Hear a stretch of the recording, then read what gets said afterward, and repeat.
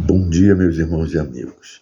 Eu sou o pastor Hamilton Mercante e nesta segunda-feira, dia 1º de junho de 2026, eu quero estar meditando com vocês um texto que se encontra na carta de Paulo a Tito, capítulo 3, versículos 4 ao 7, que nos diz assim: Quando, porém, se manifestou a benignidade de Deus, nosso Salvador, e o seu amor para com todos, não por obras de justiça praticadas por nós, mas segundo sua misericórdia, ele nos salvou mediante o lavar regenerador e renovador do Espírito Santo, que ele derramou sobre nós ricamente por meio de Jesus Cristo, nosso Salvador, a fim de que, justificados por graça, nos tornemos seus herdeiros segundo a esperança da vida eterna.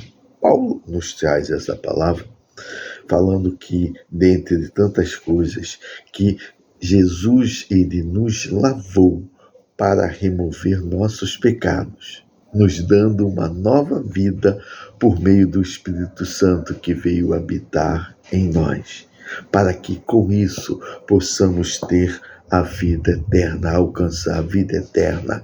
E tudo isso aconteceu não por merecimentos nossos, mas pela graça do Senhor. Nós fomos justificados pela graça do Senhor. Graça é um favor imerecido e mediante a nossa fé. É somente isso, só mediante a nossa fé e com a graça do Senhor nós alcançamos a vida eterna, porque o Senhor nos lavou, para remover os nossos pecados, nos justificando diante do Pai. Sim, o sacrifício de Jesus ali na cruz representa tudo isso, realiza tudo isso em nossas vidas. E o sacrifício de Jesus ali na cruz foi atendido pelo Pai, agradou ao Pai, e com isso os nossos pecados foram justificados. Nosso quem? De todos aqueles que creem no Senhor Jesus, que aceita a Jesus na sua vida como seu Senhor e Salvador. Não basta conhecermos, não basta sabermos do sacrifício que Jesus fez na cruz por toda a humanidade. Nós precisamos nos posicionar diante disso. E como fazemos, pastor? Fazemos mediante a nossa fé no Senhor. Precisamos crer que o sacrifício dele, a morte dele ali na cruz, foi para a remissão dos nossos pecados, e com isso aceitá-lo na nossa vida, para que ele possa conduzir a nossa vida, direcionar a nossa vida.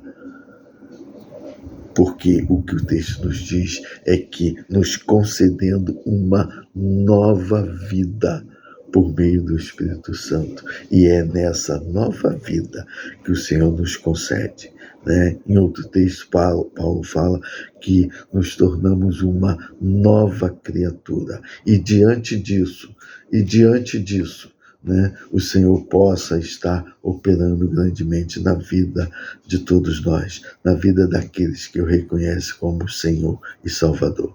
Pense nisso, medita sobre isso, porque dentre todas essas coisas que a Bíblia fala que Jesus está voltando para levar os seus, para estar junto com os seus. E os seus são aqueles que aceitaram a Ele como Senhor.